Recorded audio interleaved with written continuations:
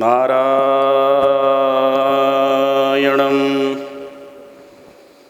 पद्मभवं वसिष्ठं शक्तिं च तत्पुत्रपराशरं च व्यासं शुकं गौडपदं महान्तं गोविन्दयोगीन्द्रमथास्य शिष्यं श्रीशङ्कराचार्यमथास्य पादं च हस्तामलकं च शिष्यं तं टोटकं वार्तिककारमन्यान्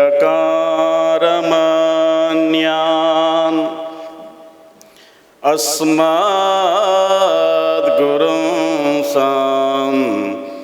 ततमानतोऽस्मि। सदाशिवसमारम्भां श्रीशङ्कराचार्यमध्यमाम् अस्मदाचार्यपर्यन्तं वन्दे गुरुपरम्पराम्। शङ्करं शङ्कराचार्यं केशवं बादरायणं सूत्रभाष्यकृतौ वन्दे भगवन्तो पुनः पुनः। ईश्वरो गुरुरात्मेति मूर्तिभेदविभागिने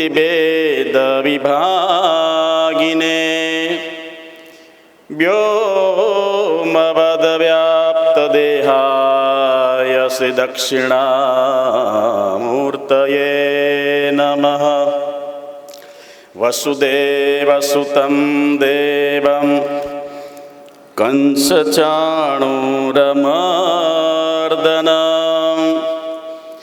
देवकी परमानन्दं श्रीकृष्णं वन्दे जगद्गुरुं। मूकं करोति वाचालं पंगुं लंघयते गिरिं यत्कृपातमहं वन्दे श्रीपरमानन्दमाधवं। वदनं सुन्दरं यस्य चरितं निर्मलस्तथा तं नौमि सद्गुरुं शान्तं श्री अखण्डानन्दसागरं। श्रीकृष्ण गोविंद हरे मुरारी हे नाथ नारायण वासुदेवा। श्रीकृष्ण गोविंद हरे मुरारी हे नाथ नारायण वासुदेवा। श्रीकृष्ण गोविंद हरे मुरारी हे नाथ नारायण वासुदेवा। श्रीकृष्ण गोविंद हरे मुरारी हे नाथ नारायण वासुदेवा। श्रीकृष्ण गोविंद हरे मुरारी हे नाथ नारायण वासुदेवा। श्रीकृष्ण गोविंद हरे मुरारी हे नाथ नारायण वासुदेवा। हे नाथ नारायण वासुदेवा।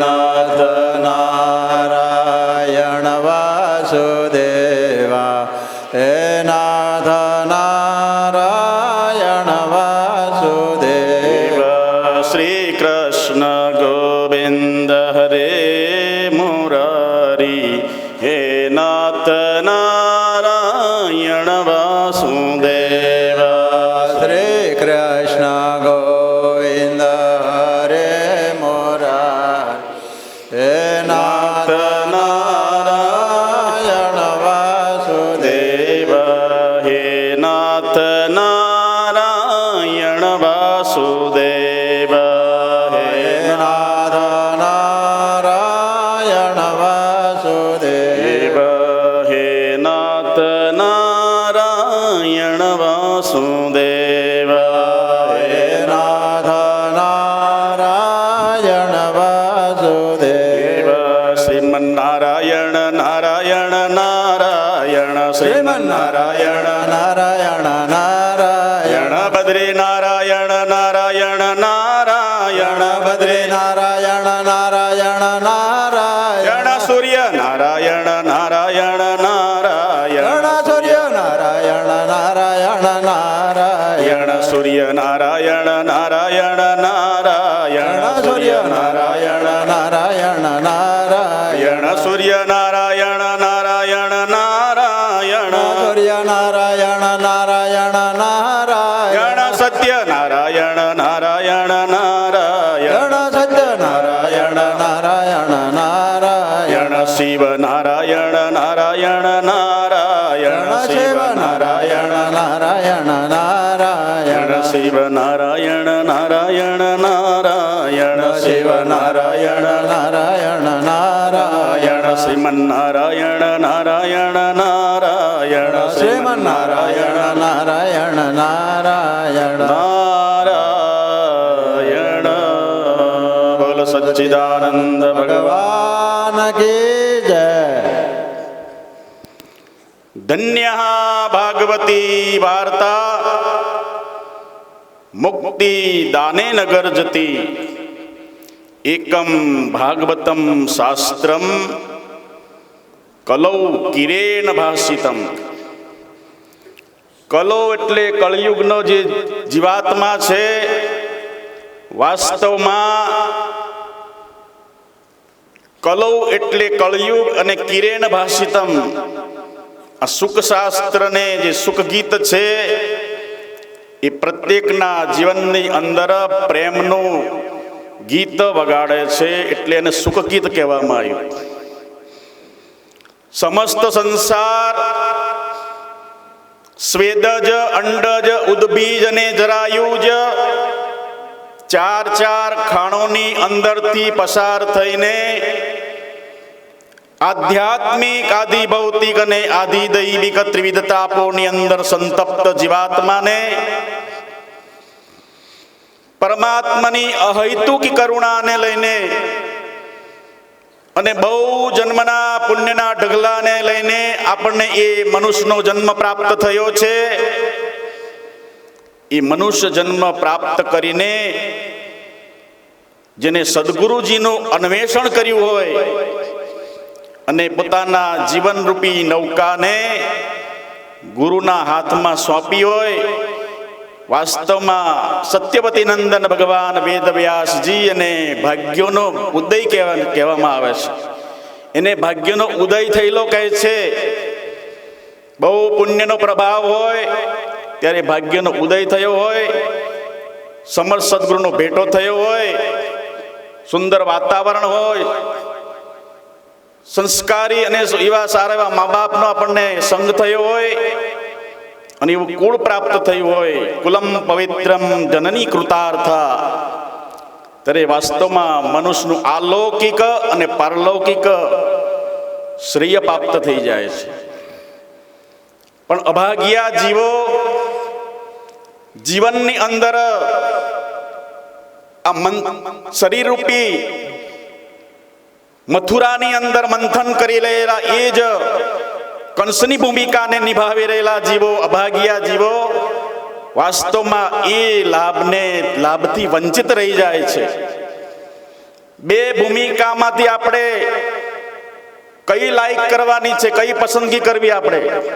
કંસની ભૂમિકા યા તો પરીક્ષિતની ભૂમિકા? તો કંસની ભૂમિકામાં આપણે જ્યારે પ્રવેશ કરશું ત્યારે સતત ને સતત માયા અને માયા મિશ્રિત 5 જે વિષયો છે એ વિષયોની અંદર મનુષ્ય વારવાર સુખનું અન્વેષણ કર્યા કરે છે. ખાવાનું સુખ, પીવાનું સુખ, સાંભળવાનું સુખ, સ્પર્શ કરવાનું સુખ, ચાખવાના સુખો, એમાં વારવાર સુખોને ગોતે છે. વાસ્તવમાં સુખ મળતું નથી. કાલના પ્રસંગમાં જોયું, સુખ ઝાંઝવાના જળ જેવું છે. મળશે મળશે મળશે, જેટલા તમે દોડો છો તમારાથી 2 ડગલા સુખ આગળ દોડે છે. જેમ મૃગજળ લહરી થાય પીવા કાજે રે, એમ પાછું પશુ પછાડે પાવ પીવા. એમ સુખનું અન્વેષણ કર. મને સુખ મળશે મળશે મળશે. પુત્રથી સુખ મળશે, પત્નીથી સુખ મળશે, સંસારના વૈભવથી સુખ મળશે, પ્રસાધનોથી સુખ મળશે. મળશે મળશે, પણ દુનિયામાં, આ દુનિયાના મેળાની અંદર કોઈને સુખ મળ્યું? સુખ તો કેવળ પોતાના આત્માની અંદર એ પ્રસ્ફુટિત થાય છે. યદાનંદ લેશે સમાનંદ વિશ્વમ, યદા ભાતિ સર્વે તદા ભાતિ સર્વમ, યદાલોચિતે એવ અન્યત્સનસ્તમ સનિત્યોપલબ્ધિ સ્વરૂપોમાત્મા. શ્રુતિ ભગવતી ગર્જના કરે છે, જે સુખની નિત્ય ઉપલબ્ધિ છે, પરંતુ મનુષ્ય એ સુખને ભૂલીને બનાવટી સુખો પાછળ દોડાદોડ કરી અને ફરી પાછા જેમ પશુઓ પાંવ પછાડી પછાડીને પોતાનો પ્રાણ ઘાતક બને છે, એવી રીતે મનુષ્યો પણ સુખો ગોતતા ગોતતા ગોતતા 5, 25, 50, 75 અને સેન્ચુરી પણ મારી દે છે, પણ સુખ તો હાથમાં હવાત્યા મારવામાં રહી જાય છે. મળતું આ સંસારના ભવાટવીની અંદર મનુષ્ય સુખ ગોતવા મથામણ કરે છે. એ જ વાસ્તવમાં કંસ કોઈ વ્યક્તિ નથી. આ શરીરરૂપી મથુરાની અંદર જે મંથન કરી રહ્યો છે સુખોનું, વાસ્તવમાં એને કંસ કહેવાય. એને સતત સુખની પાછળ, સુખ તો મળ્યું છે ના, સુખ થોડી વાર મળે છે, કેમ? થોડી વાર માટે દુઃખ ઊંઘી જાય છે. સુખ દુઃખ, સુખ થોડી વાર દુઃખ ઊંઘી જાય છે, એટલે તમને લાગ્યું કે હા, આનાથી મને સુખ મળ્યું, પુત્ર મળ્યો, એટલે થોડી વાર દુઃખ ઊંઘી ગયું, અને ફરી પાછો પુત્ર મોટો થાય. છોકરો હારો રહેતો નથી, દુઃખે પાછું મોઢું ઉપાડ્યું, અને પછી દવા કરી, છોકરો હારો થઈ ગયો, છોકરો મોટો થતો નથી. થોડી વાર સુખ મળે છે, પરંતુ વાસ્તવમાં દુઃખની નિવૃત્તિ થતી નથી. દુઃખ ક્યાં જાય છે? દુઃખ દબાઈ જાય છે. એલોપેથિક દવા, ડોક્ટર સાક્ષી છે, લાવી બેઠા, ડીકે એને ડીએન માંગો કિયા, એ એક્સપિરિયન્સ બતાવે છે. દુઃખ તમે એલોપેથિક દવા લો અંગ્રેજી, તો તમારી શરદીને શું કરે? મટાડે નહીં, કરે દબાવી દે, હુકવી નાખે કફને. કફ થયો હુકાઈ જાય, નીકળે નહીં. એટલે એ દુઃખ થોડી વાર માટે ઊંઘી જાય છે. માથાની દવા લીધી, પેરાસિટામોલ, દુઃખને ઊંઘાડી દીધું. વાહ ભાઈ, હું તો બહુ સારો થઈ ગયો. અને ઘડીક પછી પાછું ખાવાની જે ભૂખ છે, દુઃખ લાગ્યું. શેનું મોટા મોટું દુઃખ? ભૂખ લાગી. ભૂખની નિવૃત્તિ માટે તમે સુંદર સુંદર પદાર્થો ખાવ છો, તો થોડી સમય માટે દુઃખ થઈ જાય, ઊંઘી જાય, અને કલાક પછી પેટમાં ગલુડિયા બોલે, ક્યાં ગયું? પારું દુઃખ આવી. એટલે શાસ્ત્રમાં એની વિધિ બતાવી, આત્યંતિક દુઃખ નિવૃત્તિ પૂર્વક પરમાનંદ પ્રાપ્તિ મોક્ષ. જે દુઃખની આત્યંતિક નિવૃત્તિ થઈ જાય અને પરમાનંદની પ્રાપ્તિ થઈ જાય, વાસ્તવમાં એ જ દુઃખની મુક્તિનું કારણ છે. આત્યંતિક દુઃખ નિવૃત્તિ પૂર્વક પરમાનંદ પ્રાપ્તિ મોક્ષ. શાસ્ત્રીય પ્રક્રિયા બતાવી. આત્યંતિક દુઃખ એને કહેવાય કે ફરી ભૂયો ન દુઃખમ, ફરી જીવનમાં એ કોઈ જાતના દુઃખો માથું ઉપાડે નહીં. એને આત્યંતિક દુઃખની નિવૃત્તિ કહેવાય. અને આપણને દુઃખો કયા થાય છે? એ વારવાર સુખોની ઉપલબ્ધિ થવાથી દુઃખોની નિવૃત્તિ થતી નથી, પણ વધારે ને વધારે એ દુઃખો ઊંઘી જાય છે. થોડું સુખનો લાભ થયો, કોઈ ધનનો લાભ થયો, પુત્રનો લાભ થયો, સત્તાનો લાભ થયો, સંતતિનો લાભ થયો, વાહવાહનો લાભ થયો, ચારે બાજુ કીર્તિ મળી થયો એટલે થોડા માટે તમે દુઃખને ભૂલી જાઓ છો. દુઃખ ઊંઘી જાય, સુખ એને દબાવી દે છે અને ફરી પાછું એ તમારો લાભ થોડો વધતો ઘટતો ઓછો થયો, એની કમી થઈ એટલે ફરી પાછું દુઃખ દે. બોલો, મને આ ન મળ્યું, મને સન્માન ન મળ્યું, આ છોકરો પ્રાપ્ત થયો પણ છોકરાથી સુખ નથી મળતું, ભણતો નથી ડોબા જેવો, ગણતો નથી, કમાતો નથી, બસ સુખ જે પુત્રનું સુખ હતું એ પાછું દુઃખની અંદર પ્રવૃત્તિ થઈ જાય છે. એ આગળ ઇતિહાસ કહેવાને જઈ રહ્યા છે સૌનકાદી ઋષિઓને સુતજી મહારાજ. એટલા માટે સંસારની અંદર એ આશાની અંદર મનુષ્ય ફાળ ભર્યા કરે. આશા અને તૃષ્ણા બે હગી બેનપણી છે. કોણ? આશા અને તૃષ્ણા. મારા મૌલિક વિચારો તમને બતાવું છું, આમાં નથી લખેલું કાંઈ. મૌલિક વિચારો એ ગુરુ કૃપાથી આપણને નીકળ્યા કરે. જેમ વિચાર કરો એમ મંથનમાં, જેમ છાસને વલોય વલોય કરો એમાંથી નકરું માખણ નીકળ્યા જ કરે. એટલા માટે એ જે સુખ છે એ સુખની પાછળ જે હવાતિયા છે, જેમ હરણું પાણી પીવા માટે હરણફાળ કરે છે, પણ સરવાળે હરણને પાણી મળ્યું ખબર છે કોઈને? મળ્યું ક્યારે? એમ સંસારની આ જે કોમ્પિટિશન, હરીફાઈની અંદર, વિષયોની સુનામીની અંદર વાસ્તવમાં મનુષ્ય દોડી રહ્યો છે, દોડી રહ્યો હરણની જેમ સુખને મેળવવા, સુખને મળવા. ટાંગિયા પછાડી પછાડીને એની કોઈ પહોંચ્યું નથી. જાય છે તો જાય છે ક્યાં? એ પાણી પીતા પીતા પીતા ઉપર ચાલ્યો જાય છે. સંસારના આ સુખની મળતું નથી. મળે છે, મળે છે, મળે છે. એટલા માટે સત્યવતી નંદન ભગવાન વેદવ્યાસ બાદરાને કહે છે કે જેનો ભાગ્યનો ઉદય થયો હોય ને એ વાસ્તવમાં એને ભગવાન અને ભગવાનની કથામાં પ્રીતિ થાય. નહીં તો બધા જે હરણિયાની જેમ અત્યારે દોડ દોડ જ કરતા હશે, આ મળી જાય, આ મળી જાય, પણ મળ્યું તો એ ભોગવવા માટે રહેતા નથી. મેળવીને પછી શું કરે બોલો? અમુક વિચિત્રતા તમે જો સંસારની અંદર. જે ધનને મેળવવા માટે મનુષ્ય પરિશ્રમ કરે, તૂટી જાય, લોહીનું પાણી કરે, રાત દિવસ ઊંઘ, ખાવતું પીતું બધું આરામ કરી દે. શેના માટે? ધનને અર્જિત કરવા માટે. વિચિત્રતા તમે જુઓ સંસારની. જે ધનને મેળવવા માટે પેલો મનુષ્ય શરીરને બગાડી નાખે. બગડી જાય. રોગો શેનાથી આવ્યા? પૂરતો આરામ ન મળ્યો, પૂરતો ખોરાક ન મળ્યો, પૂરતી એને શરીરને શાંતિ ન મળી. જે શરીરને પદાર્થો જોવે જીવન યાત્રા માટેના એ મળ્યા નહીં. કારણ કે શરીરને જે પૈસો કમાવા માટે પેલા શરીરને બગાડી નાખે. પૈસો આવ્યા પછી એ શરીર, બગડેલા શરીરને સારું કરવામાં એ પૈસો વાપરી નાખે. વિચિત્ર લાગે ને? પહેલો પૈસા કમાવામાં શરીર બગાડે અને પૈસો આવ્યા પછી બગાડેલા શરીરને પાછું સારું કરવામાં લેફ્ટ રાઈટ. આજે કિડની ફેલ છે, આજે આ નથી, એ પૈસો ક્યાં વાપરે? એ બગડી ગયેલા શરીરને પાછો એમાં જ પૈસો બધો વાપરી નાખે. આ ટેસ્ટ કરાવવા છે, આ રિપોર્ટ કરાવવા છે.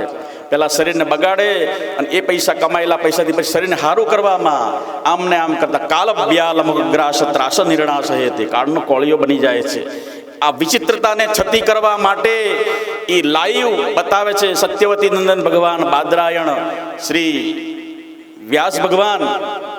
એ સુતજીના મુક્તિ, નારદજીના મુક્તિ અને સનકાદી આદિ ઋષિઓના કહેવા માત્રથી સનત કુમારો એ વાતને કહે છે ભાગ્યનો જ્યારે ઉદય થાય ત્યારે મનુષ્યને એમાં ડગલું ભરવાનું મન થાય, નહીં તો એનો ભાવ બગડી જાય. ઘરમાંથી તૈયાર થયેલા તાળું મારીને તૈયારીઓ ત્યાં ભાવ બગડી જાય. કાંઈ જવું, ભાઈ થોડા હોઈ જઈએ. તો એ ભગવાનની કથા હોય ત્યારે ભાગ્યશાળીને જ પ્રાપ્ત થઈ જાય.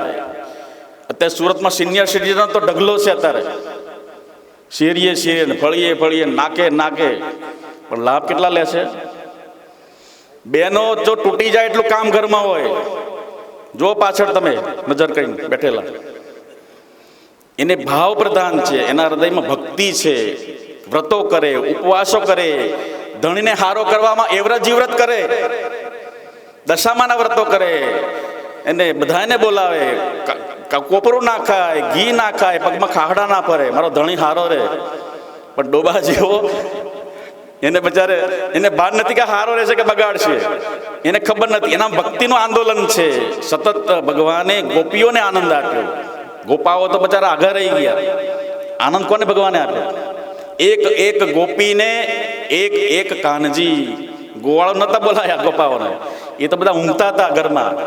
એને છોડીને ભગવાનને શરણાર્થી થઈ ગઈ.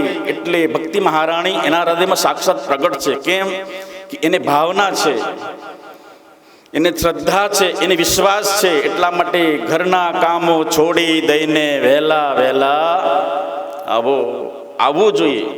સંસારમાં બહુ મથ્યા. આ શરીરરૂપી મથુરાની અંદર મથઈ રહેલા આપણે કંસની ભૂમિકામાં જીવી રહ્યા છે કે પછી આ મૃત્યુને સુધારવા માટે ભગવાને સિનિયર સિટીઝનો બનાવી દીધા તો વધારેમાં ભસાવા માટે બનાયા? પરમાત્માએ કોઈને સિમ્બોલમાં કહી દીધું કે તમને જાઓ ભોગવો સંસારની અંદર. કોઈને ભગવાને દસ્તાવેજ નથી કરી દીધો. પરંતુ આ જે મનુષ્ય જીવન આજે છે ને ક્ષણ પછી માટે એ શરીરમાં તમે શરીર જીવનથી હાથ ધોઈ નાખવાના છો.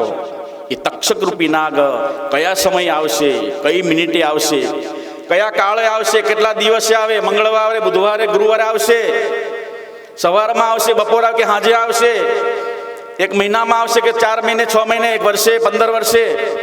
એ તક્ષક નાગ બધાની પાછળ ફરી રહ્યો છે. આ તક્ષક નાગ પરિષદને કરડ્યો અને કથા પૂરી કરવાની નથી. આપણી પાછળ જે ભમી રહેલો કાલરૂપી વ્યાલ તક્ષક બધા એને એ ડસવાનો છે. આવશે. પરીક્ષિત રાજાને 7 દિવસમાં ડસવાનો હતો અને આપણે 75 વર્ષે પણ ડસી જાય. ડસે કાલ વ્યાલ મુખગ્રાસ ત્રાસન નિર્ણાસ હેતવે. સત્યવતી નંદન ભગવાન બાદરાણીજીએ આ પંક્તિ લખીને આખા ભાગવતનો ઉજાગર કરી દીધો કે જે કાળના મુખમાંથી બચવા પ્રયાસ કરે, મહેનત કરે એને કંસ કહેવાય. અને કાળના મુખમાંથી જેને બચવાનો, જે સુધારવાનો ઉપાય કરે, જેનું પરીક્ષણ કરે એને પરીક્ષિત કહેવાય. પરીક્ષિતી પરીક્ષણ કરે કે આના દ્વારા ભગવાનની પ્રાપ્તિ કેવી રીતે થાય. અને ભગવાનની પ્રાપ્તિ દ્વારા આ જન્મ મરણના ચક્રો બધા છૂટી જાય. એટલા માટે એ બેની ભૂમિકા આપણે કઈ ભૂમિકામાં બેસી એ સત્સંગનો લાભ પ્રાપ્ત કરવો. કારણ કે આશાના પાસની અંદર સમસ્ત વિશ્વ બંધાયેલું છે. કયો પાસ છે? આશા મનુષ્યને વારવાર જે મૃગવૃત્તિ, મૃગની જે દોડ વૃત્તિ છે આપણને સતત એમાં પ્રેર્યા કરે છે. સતત દોડ્યા કરીએ.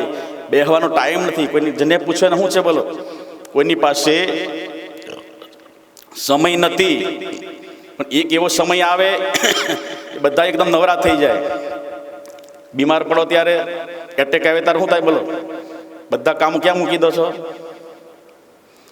બાયપાસ સર્જરી કરો ત્યારે કેટલા મહિનાનો આરામ કરવો પડે? તો જેવી તમને હરામમાં પ્રીતિ છે એવી પ્રીતિ પરમાત્મામાં જોડી દો.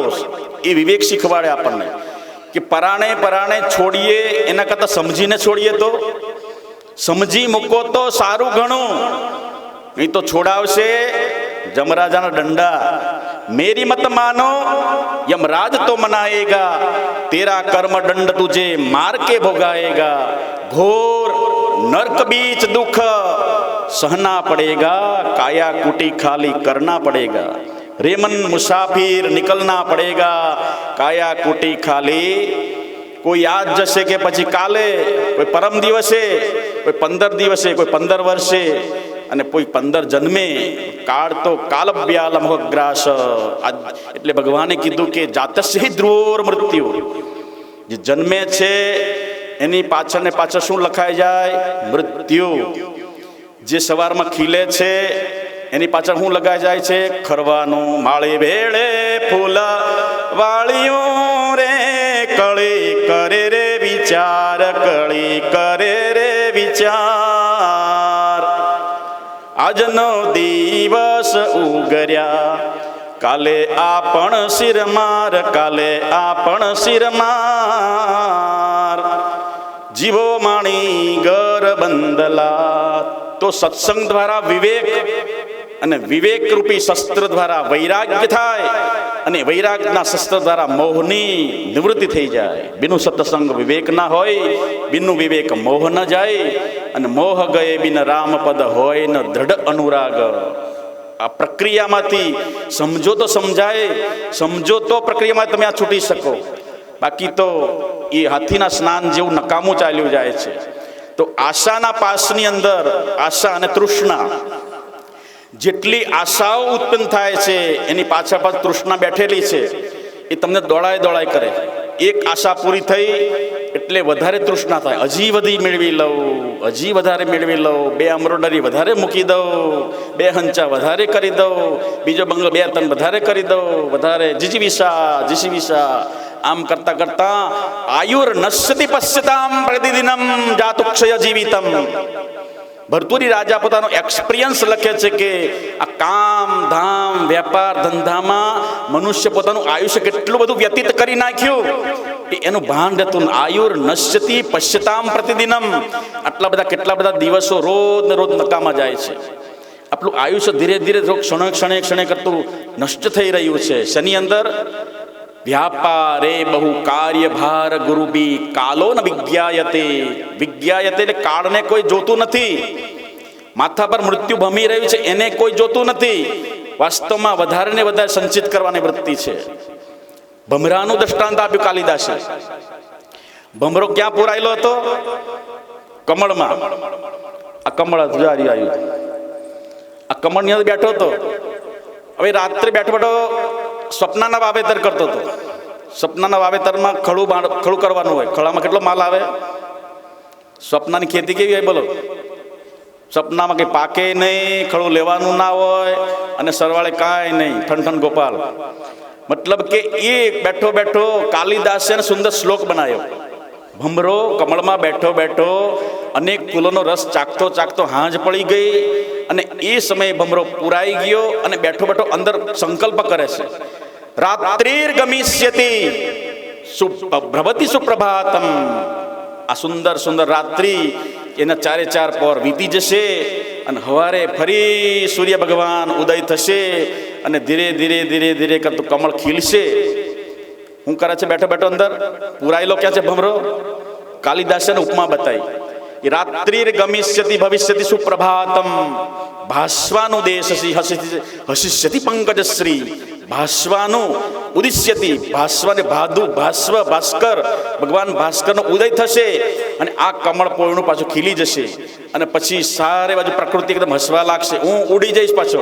હું કીધું હું ઉડી જઈશ અને ફરી પાછો બધા ફૂલોનો રસ ચાખવા લાગીશ. ભાસ્વાનુદેશ હસિષ્યતિ પંકજશ્રી ઇત્થમ ચિંતયતિ કોશ ગતે દ્વિરેફે. ઇત્થમ આ પ્રકારના વિચારો કરતો દ્વિરેફે એટલે 2 મુખવાળો ભમરો અને ઇત્થમ વિચયંતી કોશ ગતે દ્વિરેફે. હા હંત નલિનીમ ગજ ઉજ્જહાર. પણ એ દુર્ભાગ્ય છે કે ગજ એટલે ગજ ઉજહાર, ગજે ઉખાડીને એને ખાઈ લીધું. એનો કે દુર્ભાગ્ય તું. રાત્રે રાજાનો હાથી આવ્યો અને એ કમળને પાણી પીને કમળમાં જે કોણ બેઠો હતો? ભમરાભાઈ. અને એ બેઠો હતો, એ કમળને ઉખાડીને ભમરા જે હાથી ખાઈ ગયો અને ભમરો આરામથી ઉડી ગયો. ખાઈ ગયો. એ ભ્રમર બીજા કોઈ નહીં, આપણે છીએ ઘટવાની. આ તો કથાનક છે, વાર્તા, એક્ઝામ્પલ છે. આ તો કાલિદાસે સમાજને માટે કીધું. આ ભ્રમર વૃત્તિ આપણે આ રસો ચાખી લઉં, શબ્દનો રસ ચાખી લઉં, સ્પર્શનો રસ ચાખી લઉં, ગંધનો રસ ચાખી લઉં અને સ્પર્શનો રસ ચાખી લઉં, દુનિયાભરના સાંભળવાના રસો ચાખી લઉં, હજી લઈ લઉં, પરંતુ એ ધરાતો નથી મનુષ્ય. કેમ? આશા છે અને પાછળ તૃષ્ણા તને એ રસો ચાખવામાં વારવાર તમને એની સાથે જોડાયેલી છે, કનેક્ટ થયેલી છે. આશાના પાસમાં બંધાયો માનવીને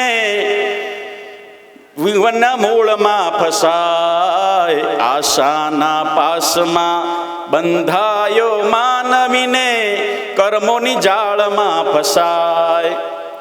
કાળ ઉંદરડો કાપી રહ્યો છે, કાળ ઉંદરડો કાપી રહ્યો છે, કાપે આયુષની દોરને કસાય.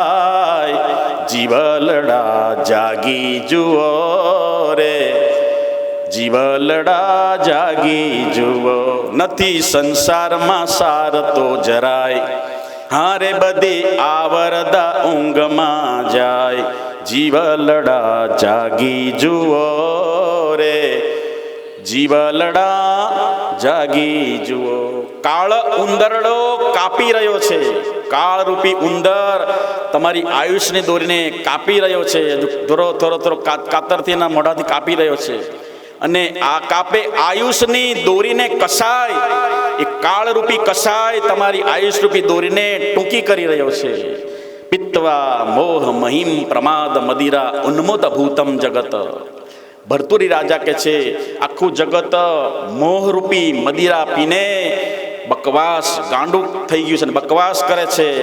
એને પોતાના સમય, પોતાનું આયુષ્ય જે વ્યતીત થઈ રહ્યું છે એ વ્યતીત થયેલા સમયને અને આયુષ્યને જોતો નથી. વ્યાપારે બહુ કાર્યભાર ગુરુભી કાલો ન વિજ્ઞાયતે. કાળને જોતો નથી. એટલા માટે આશાના મોટા મોટા કોરડા રે,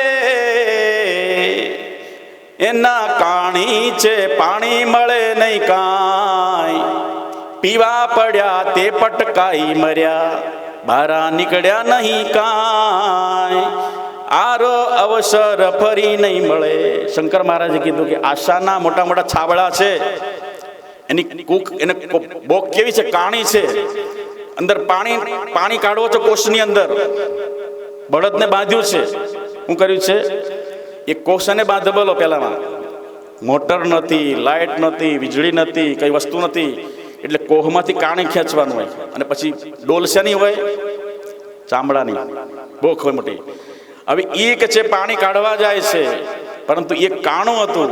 મહેનત કરી કરીને જ્યારે બોક ઉપર આવે ત્યારે પાણી એમ આશાના પાસમાં બંધાયેલો જીવાત્મા હજી મળશે, હજી મળશે.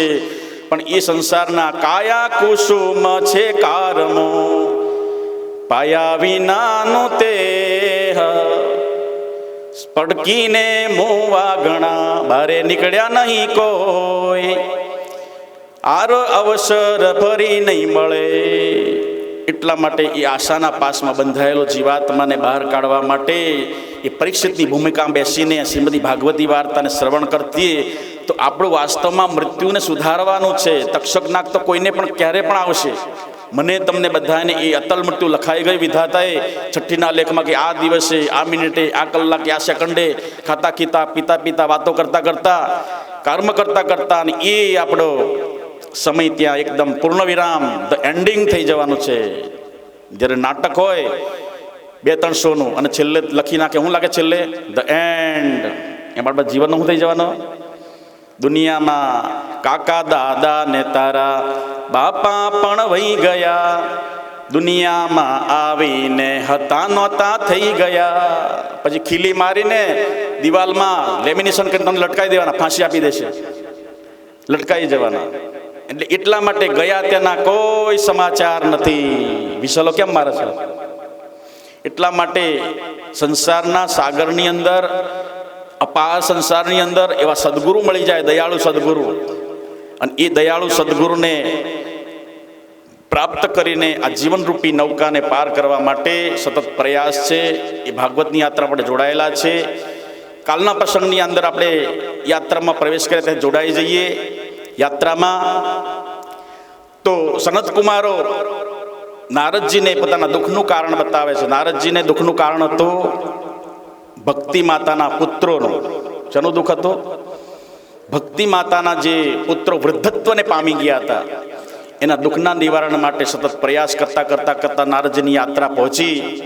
અને સનત કુમારોએ પછી યાત્રાને એને સુંદર રૂપ ભાવ દેવા માટે, ભક્તિ માતાના પુત્રોને દુઃખ નિવૃત્તિ કરવા માટે નારદજીએ જ્યારે પ્રશ્ન કર્યો ત્યારે સૌનકાદી ઋષિએ કીધું કે સત્કાર્યનો મતલબ એ છે કે ભગવાનની સુંદર ભાગવતી વાર્તા કરવા માત્રથી ભક્તિ માતાના બંને પુત્રોનું દુઃખ દૂર થશે. તો કેવી રીતે? કે ભાગવત શાસ્ત્રનું શ્રવણ કરવા માત્રથી. સપ્તાહ શ્રવણ વિધિ છે. નારદજીએ પ્રશ્ન કર્યો કે ભગવાન, મેં ગીતા, ઉપનિષદો, વેદોના મંત્રો કાનમાં ભણ્યા છતાં એનું કંઈ દુઃખ દૂર ન થયું, તો ભાગવત શાસ્ત્ર સામાન્ય છે. ત્યારે કીધું કે નહીં, આ ભાગવત શાસ્ત્ર કલૌ કિરેણ ભાષિતમ. પાપીમાં પાપી, અધમ હોય, દુરાચારી હોય, વ્યભિચારી હોય, અનાચારી હોય, શઠ હોય, અત્યંત પ્રકારના કે જે ભયંકર કુકર્મોથી ગ્રસિત હોય એવા પાપીમાં પાપી લોકોનો ઉદ્ધાર કરવાની તાકાતવાળું છે શ્રીમદ ભાગવતમ શાસ્ત્રમ. એટલા માટે એ શાસ્ત્ર સંભળાવવા માત્રથી ભક્તિ માતાના પુત્રોનું એ દુઃખ નિવૃત્તિ થશે એમ સમજીને પછી ભગવાને એ વાર્તા જ્યારે એનું મહાત્મ આવે એટલે સુંદર સ્થળ નક્કી કર્યું. હરિદ્વારની અંદર જે સપ્તધારા છે ત્યાં આનંદ આશ્રય નામનું એક સુંદર સ્થાન હતું. ત્યાં બેસીને સંત કુમારો નારદજીનો પંચોપચાર પૂજા કરીને કથા જે મહાત્મ શ્રવણ કરવાનું શરૂ કર્યું. મહાત્મ શ્રવણ કરતાની સાથે જ એક આશ્ચર્યજનક ઘટના બની. ઘટના કેવી બની? હે નારદજી સાંભળો, સૌનકાદી ઋષિઓ સનત સુજી મહારાજને કહે છે, હે સૌનકાદી મહાઋષિઓ તમે સાંભળો. એક કૌતુક થયું. જે સમયે ભાગવતનું મહાત્મ, ખાલી ભાગવતની વાર્તા દૂર હતી, ખાલી મહાત્મ સંભળાવવાની જે શરૂઆત કરી ત્યાં એકદમ સુંદર સંગીત વાગવા લાગ્યા.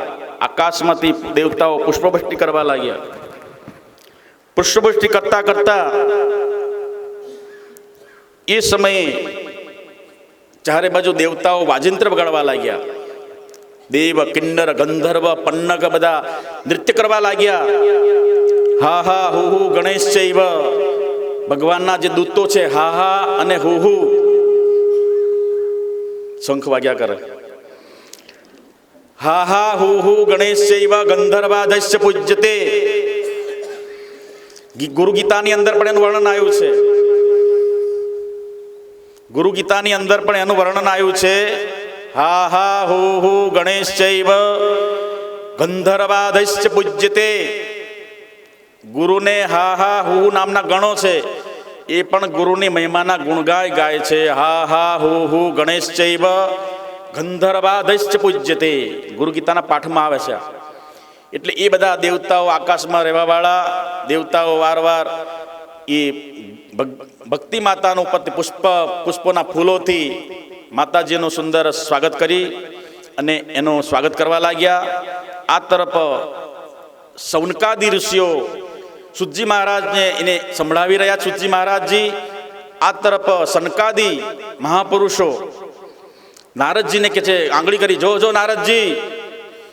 તો બધા બેઠેલા બધા કે જોવા લાગ્યા પાછળ, કોણ આવ્યું, આ સંગીત ક્યાંથી વાગ્યું, આ નૃત્ય કોણ કર્યું છે? ભક્તિ માતાના હાથમાં કરતાલ હતી અને જ્ઞાન વૈરાગના હાથની અંદર ખંજરી હતી. અને એ સુંદર ગીત ગાતા ગાતા ત્યાં નૃત્ય કરવા લાગી ગયા. અને જોયું પાછળ તો આપણે શરૂઆતમાં જે ધૂન બોલ્યા ને, એ ધૂન કોની છે? ભક્તિ માતાની બોલેલી ધૂન છે. શ્રી કૃષ્ણ ગોવિંદ હરે મુરારી, હે નાથ નારાયણ વાસુદેવ. શ્રી કૃષ્ણ હરે મુરારી, નારાયણ વાસુદેવ. હે કૃષ્ણ ગોવિંદ હરે મુરારી, નારાયણ હે નાથ નારાયણ વાસુદેવ. એવું કીર્તન સંભળાણું. ત્યારે ચારે બાજુ બધી દ્રષ્ટિ પાછળ જોઈ. હો, કોણ આવે છે, કોણ આવે છે? ત્યારે જોયું તો પાછળ ભક્તિ માતા અને બંને પુત્રો પુષ્ટ થઈ ગયા હતા. એ ભગવાનનું કીર્તન કરતા કરતા ત્યાં આવે છે અને સુંદર શ્રી કૃષ્ણ ગોવિંદ હરે મુરારી, હે નાથ નારાયણ ઇતિ નામાની મુહુર મુહુર વદંતી. ઊંડા ઊંડા રાગથી ભગવાનનું કીર્તન કરતા કરતા અને ચારે બાજુ બધા લોકોએ ભક્તિ મહારાણીની કી જય જયકાર બોલાવી. ભક્તિ મહારાણીની જય હો, જ્ઞાન વૈરાગની જય હો. ત્યારે નારદજીને આશ્ચર્ય થયું. હો, આટલા બધા ગ્રંથોના મંત્રો શ્રવણ કરવા છતાં ભક્તિ માતાના બંને તનયો, બંને પુત્રોને મેં દુઃખ દૂર ન કરી શક્યો, પરંતુ કેવળ ભાગવતનું માતમ સાંભળવા માત્રથી ભક્તિના બંને પુત્રો અનાયાસે સહેજે સહેજે કંઈ કર્યા વગર પણ એ પુત્રો કે જે સજીવન જીવા થયા અને પૌષ્ટતા તુષ્ટિ પુષ્ટિને પ્રાપ્ત થઈ ગયા. આ સાંભળીને વારવાર સનતકુમારી જો કે ફરી કહેવા લાગ્યા, નારદજી. ત્યારે સનતકુમારો પણ નારદજીને કહે છે, આ બાજુ ભક્તિ માતા બોલ્યા, ભક્તિ હું છું હું.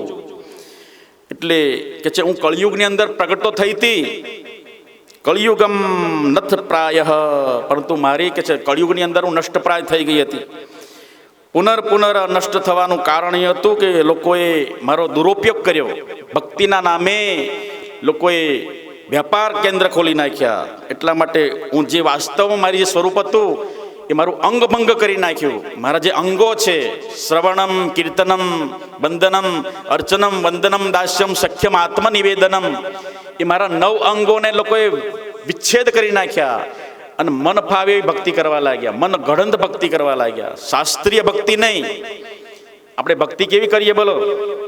મનમાની કરીએ, મનમાં આવે એવી કરીએ. શાસ્ત્રોમાં લખી છે એવી ભક્તિ નથી કરતા. શાસ્ત્રોમાં ભક્તિ, ગીતાની અંદર ગીતાએ ભાખેલી ભક્તિ કરીએ તો ભગવાન કે છે સમદ ભક્ત મેં પ્રિય, આવા ભક્તો મને પ્રિય છે. લાંબા ટીલાન, આડા ટીલાન, ઊભી કંઠીન, આડી કંઠીન, એ બધા ભક્તો પ્રિય નથી. ભગવાને એને બતાવ્યું નથી. નમે દ્વેષ રાગવ, કોની અંદર રાગ દ્વેષ ન હોય, ઈર્ષા દેખાય ના હોય, મારું તારું ના હોય. યોમદ ભક્ત સમે પ્રિય, આવા ભક્તો મને, એવા ભક્તો વાલા છે મને પ્રાણથી રે. કોઈની સાથે ન રાખે રાગ દ્વેષ, એવા ભક્તો પ્યારા છે મને પ્રાણથી રે. એટલા માટે એ ભક્તિ માતા સુંદર અર્થ સમજાવે છે. કાલ કવલી તમારા દુરાત્માએ, દુરાચારી લોકોએ મારા અંગનો ભંગ કરી દીધો અને એટલા માટે હું કંઈ પુષ્ટન થઈ. એ ભગવાન તમારા ચરણોમાં નમસ્કાર છે. હું આવીને ઊભું છું છતાં તમે બેસવાનું સ્થાન આપતા નથી. તો ભગવાન મને મારું આસન કયું છે? ભક્તિ માતા સનત કુમારોને કહે છે, માં તમે તો ભગવાનના હૃદય કમળમાં નિત્ય કરવા વાળી છો, તમને સ્થાનની શું જરૂર છે? તમે જાઓ ભક્તોના હૃદયમાં બિરાજમાન થાઓ, તમારું સ્થાન તો ત્યાં જ છે. કારણ કે ભગવાનનું ભક્તોનું આલૌકિક અને પરલૌકિક કલ્યાણ કરવું હોય તો ભક્તોના હૃદયનો તમે બિરાજમાન થાવ તો 3 તાપોથી સંતપ્ત થયેલા જીવો કે છે વાસ્તવમાં ભગવાનની ભક્તિને પ્રાપ્ત થશે. એ પ્રમાણે ભક્તિ માતા ભક્તોના હૃદયમાં પ્રગટ થયા અને એ સમયે સાક્ષાત શંખ ચક્ર ગદા પદ્મ સાથે ભગવાન શ્રી હરિ પ્રગટ થઈ ગયા. અને એ સમયે બધા ઊભા થઈને વાજિંત્રો વગાડીને ભગવાનના ઓમ નમો ભગવતે વાસુદેવાય, ઓમ નમો ભગવતે વાસુદેવાય, ઓમ નમો ભગવતે વાસુદેવાય જોરથી બંને હાથ ઊંચા કરી મંત્રોચ્ચાર કર્યો અને ભક્તિ માતાના પુષ્પહારથી એનું સ્વાગત કરી. અને એ એટલે ભક્તિ માતાએ પછી આગળ લખ્યું કે આ લોકની અંદર મનુષ્ય ધન્ય છે. કોણ ધન્ય છે? નિર્ધનાસ્તેપી ધન્યા. આ જગતની અંદર નિર્ધન લોકો પણ ધન્ય છે કે જેના હૃદયમાં ભક્તિ મહારાણી બિરાજમાન છે. એટલા માટે એ ભક્તિ મહારાણી જ્યાં બિરાજમાન હોય તો ભગવાન પણ શું કરે છે બોલો? હરિરપીને જ લોકે સર્વતા તો વિહાય. હરિ પણ પોતાનો વૈકુંઠ ધામ છોડીને દોડ્યા ત્યાં પહોંચી જાય છે. હરિરપીને જ લોકે સર્વતો તો વિહાય પ્રવિશતિ હૃદયેશામ ભક્ત સૂત્રોપનબ્ધ. ભક્તિના સૂત્રો દ્વારા ભગવાન બંધાઈ જાય છે. પછી ક્યારે ભગવાન એ ભક્તનો ત્યાગ કરી શકતા નથી. એટલી બધી ભક્તિમાં તાકાત છે. એ ભક્તિની તાકાતની અંદર કે છે એટલી બધી તક છે. આનાથી કોણ લોકો તર્યા તો આખો ઇતિહાસ બતાવવા જઈ રહ્યા છે. સુતજી કહે છે, સૌનકજી સાંભળો, એક સુંદર ઉદાહરણ આપું છું. તો એના દ્વારા ભક્તિ માતા તે સમયે પોતાના ભક્તોના ચિત્તની અંદર અલૌકિક ભક્તિનો પ્રાદુર્ભાવ થઈ જોઈને ભગવાન શ્રી કૃષ્ણ ભગવાન ત્યાં પધાર્યા અને એની સુંદર ચૈતન્ય મૂર્તિ હતી. બંસી વિભૂષિત કરાન નવનીરદાભાત પીતાંબરા દરુણ બિંબ ફલાદરોષ્ટાત પૂર્ણેન્દુ સુંદર મુખાત દ્રબિંબ નેત્રાત કૃષ્ણાત પરમ કિમ તત્વમહમ ન જાને. ભગવાનનું રૂપ માધુર્ય જોઈ લો. એ રૂપ માધુર્ય અંદર જેમ લવણ પૂતળી હોય છે, મીઠાની પૂતળી જેમ સમુદ્રમાં જઈને રસબસ થઈ જાય છે, એમ ભગવાનના આ માધુર્ય, સૌંદર્ય અને એના અધૂરા જે મધુરમય ગુણોને જે મનુષ્ય પામવા જાય છે, વાસ્તવમાં બહાર આવતો રસબસ થઈ જાય છે. લાલી મેરે લાલ કી જીત દેખું તિત લાલ, લાલી દેખન મેં ગઈ તો મેં ભી હો ગઈ લાલ. એ ભગવાનની એવી રૂપ માધુર્યનું વર્ણન કરતા સનકાદી ઋષિઓ નારદજીને કહેવા લાગ્યા કે હે ભગવાન, એ સમયે શંખધ્વનિ થઈ અને ચારે બાજુ બાજિંત્રો વાગવા લાગ્યા, કારણ કે ભક્તિની સાથે ભગવાન પણ પોતાનો લોક છોડીને ત્યાં પ્રગટ થયા. અને એ સમયે નારદજીએ પ્રશ્ન કર્યો કે બાપજી, આ કથા શ્રવણ માત્રથી કયા કયા લોકોનો ઉદ્ધાર થાય છે અને આ કથા કોને કોને પાવન પવિત્ર કરે છે? એ સમયે કીધું કે અપિચેત સુદુરાચારો, ભગવાન ગીતામાં પણ કીધું અપિચેત સુદુરાચારો ભજતે મામ અનન્ય ભાગ સાધુરેવ સમંતવ્ય સમ્યક વ્યવસ્થિતો હિ સહ. ભલે દુરાચારી હોય, પાપી હોય, અનેક કુકર્મો કર્યા હોય, છતાં પણ એને કીધું કે સપ્તાહ શ્રવણેન કલૌ પુનંતી. સપ્તાહ અને શ્રવણની અંદર, કળયુગની અંદર મનુષ્ય પાવન બની જાય છે. કેવા લોકો? ક્રોધથી બળતા હોય, કુટિલ કુટિલ કામો કરતા હોય, અતિ કામી હોય. એટલું જ નહીં, એના જીવનમાં સતત દંભ હોય, ડોળ હોય, પાખંડ હોય, દુરાચાર હોય, કામી, ક્રોધી, લોભી, મોહી, અનેક જે સંપત્તિ છે, જે આસુરી સંપત્તિને ભરેલા છે, એ લોકો બધા જો સપ્તાહ શ્રવણેન કલૌ પુનંતી. સપ્તાહને શ્રવણ માત્રથી, આ ભાગવતી વાર્તાને શ્રવણ માત્રથી બધા જ પાપોથી મુક્ત થઈ જાય છે. આપણે બેઠેલા બધાય એ કથામાંથી આપણે પાવન થઈ રહ્યા છે. વાસ્તવમાં ભગવાનની કથા અગ્નિ સમાન છે. કેવી છે? અગ્નિ. જેમ લાકડાના ઢગલામાં લાગેલી અગ્નિ શું કરે છે? લાકડાને બાળીને રાખ કરી નાખે છે, એટલી તાકાત. એવી ભગવાનની ભક્તિ, જે શ્રવણ વાર્તા કથા, એ મનુષ્યના જીવનના આલોક અને પરલોકના બધા જ પાપોને બાળીને ભસ્મસાત કુરુતે તથા જ્ઞાનાગ્નિ દગ્ધ કર્માણી. આ ભાગવત રૂપી જે ગંગા, એ જ્ઞાનરૂપી ગંગા, એ મનુષ્યના બધા જ પાપો બાળીને ભસ્મ કરી નાખે છે. એટલા માટે કોઈ શંકા રાખવી નહીં, કારણ કે કલૌ પુનંતી, મહામહિમ પાપી અધમમાં અધમ 60 લોકોનો પણ ઉદ્ધાર કર્યો. ત્યારે આ સંસારની અંદર બહુ મોટો કે 60 હતો, પાપી હતો, દુરાચારી હતો, મા બાપને દુઃખો દેવાવાળો હતો, ધુંધુકારી નામનો પ્રેતાત્મા, દુરાત્મા, એનો પણ ભગવાને ઉદ્ધાર કર્યો. કોણે? ભાગવત ભગવાને. એટલા માટે સુંદર કે છે, સનકાદી ઋષિઓ એ કથા સંભળાવવાને જઈ રહ્યા છે. અને એ કથાની અંદર વાસ્તવમાં આ કોઈ કથાનક કરીને પૂરી કરવાની નહીં. કથા કરીને આપણે પરીક્ષિત રાજાને તક્ષકના કરડે વાર્તા પૂરી થઈ ગઈ નહીં. અંદર ઘણા પ્રસંગો જો આવશે, એ બધા ચેપ્ટરો આપણે સમજવાના છે તત્વની દ્રષ્ટિએ. એ તત્વ સમજશું તો વાસ્તવમાં આપણને વાસ્તવમાં વિવેક થશે, અને વિવેકની જાગૃતિ થવાથી વાસ્તવમાં ભાગવતનું રહસ્ય શું છે એ સમજાશે. એટલા માટે સુંદર ઇતિહાસ કહેવાને જઈ રહ્યા છે. હે નારદજી, એ સૌનકાદી ઋષિઓ, હું તમને એક ઇતિહાસ કહેવાને જઈ રહ્યો છું. ઇતિહાસમાં ભાગવત શાસ્ત્રની કેટલી તાકાત છે. પ્રેતને પામેલો જીવાત્માને પણ 7 દિવસની અંદર એની 7 ગ્રંથિઓનું વિચ્છેદન કરી અને એની સામે ભગવાન સ્વયં શ્રીહરિને વિમાન લઈને લેવા આવ્યા. તો એટલા માટે વિમાન, લોકો સામાન્ય સંપ્રદાયો શું કહે છે? બોલો. સંપ્રદાયો તમને કોણીએ ગોળ ચોટાડે, એનું નામ સંપ્રદાય કહેવાય. કપોલ કલ્પિત વાતો કરે એનો સંપ્રદાય કહેવાય. વેદોની, શાસ્ત્રોની, ઉપનિષદો, ગીતાઓની, રામાયણ મહાભારતની જે વાર્તાઓ છે, રહસ્ય સમજાવે એને ધર્મ કહેવાય. ધર્મ પાળ્યો તો પાંડવોએ, ધર્મ પાળ્યો તો રાવણ આદિ જે મારવાવાળા ભગવાન, મર્યાદા પુરુષોત્તમ ભગવાને ધર્મ પાળ્યો તો પાંડવોએ. અને એ રામાયણ આપણને જીવતા શીખવાડે. રામાયણ શું શીખવાડે? રામાયણ આપણને જીવંતા જીવતા શીખવાડે, વ્યવહાર શીખવાડે. અને એ જ ભાગવત શાસ્ત્ર આપણે મરણ સુધારે. એવી વાર્તા, જો જેને મરવું નથી, જેને જીવવું નથી, એના ઘરમાં સતત મહાભારત થયા કરે. હું થાય બોલો. રામાયણ આપણને જીવતા શીખવાડે, જે ભાગવત આપણને મરતા શીખવાડે, મરણ સુધારે. અને એ બેમાંથી ના છૂટવું હોય તો આપણને મહાભારત શીખવાડે આપણને કે એ દશા કેવામાં મુકાઈ ગયા. એટલા માટે એ વાર્તાને સમજવા 60ને પણ ઉદ્ધાર કરે. કલૌ કિરેણ ભાષિતમ સપ્તાહ સવર્ણેન કલૌ પુનંતી. સપ્તાહ શ્રવણેન કલૌ પુનંતી 3 વાર કીધું.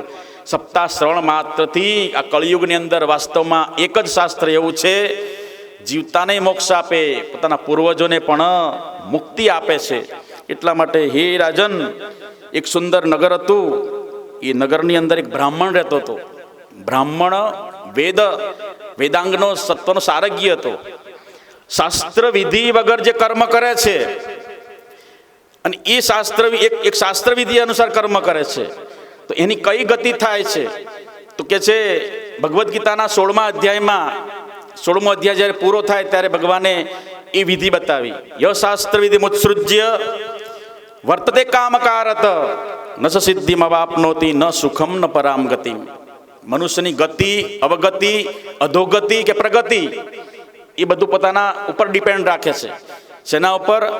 જે શાસ્ત્ર વિધિ અનુસાર કર્મ કરે છે એની સદગતિ, શાસ્ત્ર વિધિ વગર જાણીને નથી કરતા એની અધોગતિ, અને જે શાસ્ત્ર વિધિ અનુસાર ગુરુમુખ દ્વારા જે કર્મ કરે છે એની પરમ ગતિ થઈ જાય છે. ગતિ, અગતિ, પ્રગતિ, અધોગતિ ને સદગતિ, એ ગતિ બધી સુધારે, એનું નામ ભાગવત શાસ્ત્ર.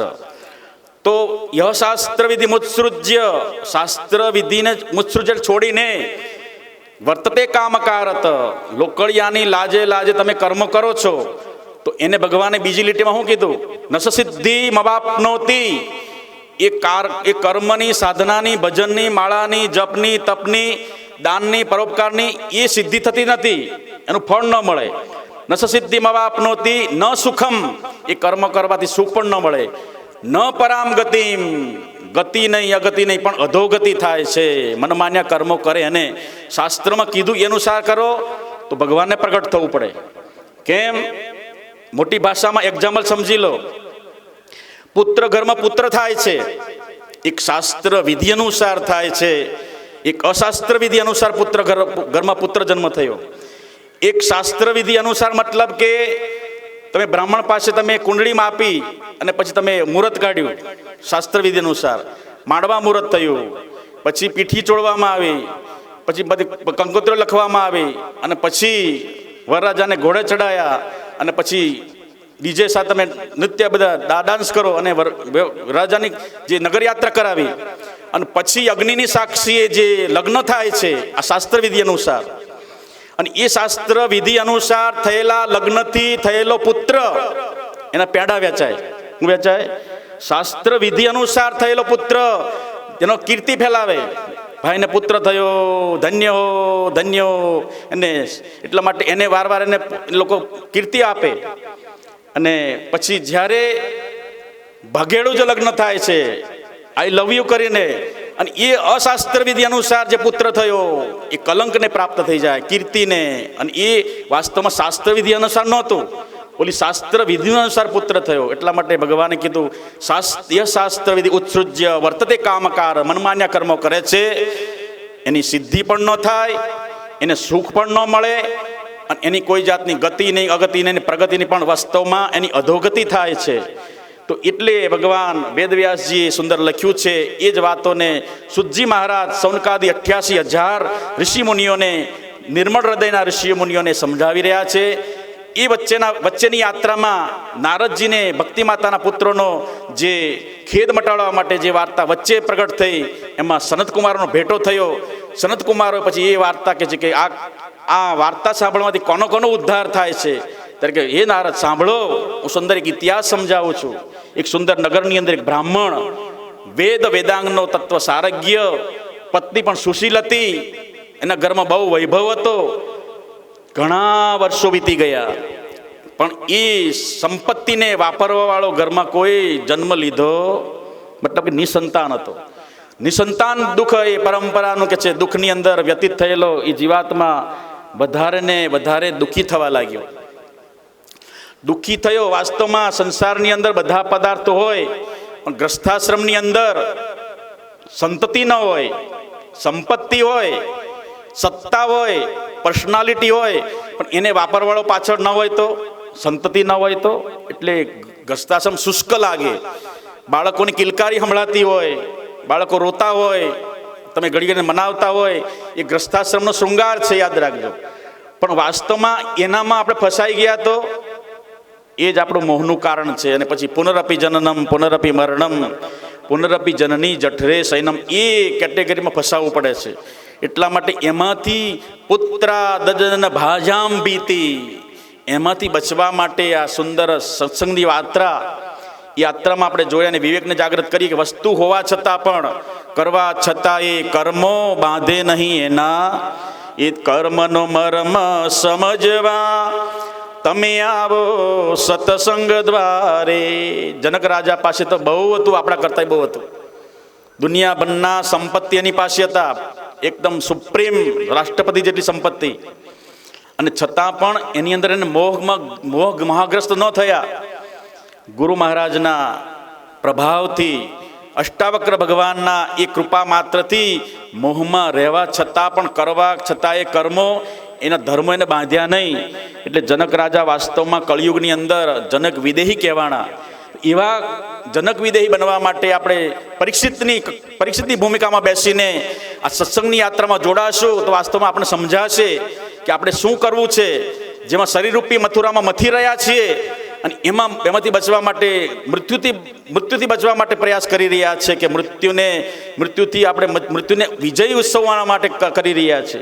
મૃત્યુને વિજયરૂપી ઉત્સવ મનાવવાનો છે. મૃત્યુરૂપી ઉત્સવ જ્યારે ઓલા મૃત્યુથી બચવા માટે પાપાચરણ કરે છે, ઓલો મૃત્યુને સુધારવા માટે સત્સંગની યાત્રા પકડે છે.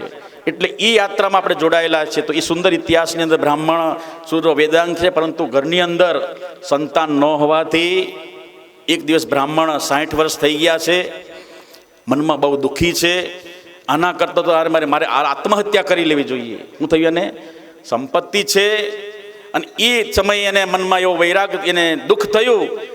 એક તો પુત્રનો દુઃખ અને એટલે પોતાની અવસ્થાનું દુઃખ, એ લઈને જ્યારે આત્મદેવ નામનો બ્રાહ્મણ પોતાનો કે છે આત્મહત્યા કરવા માટે સમુદ્ર કિનારે, જે નદી કિનારે જાય છે.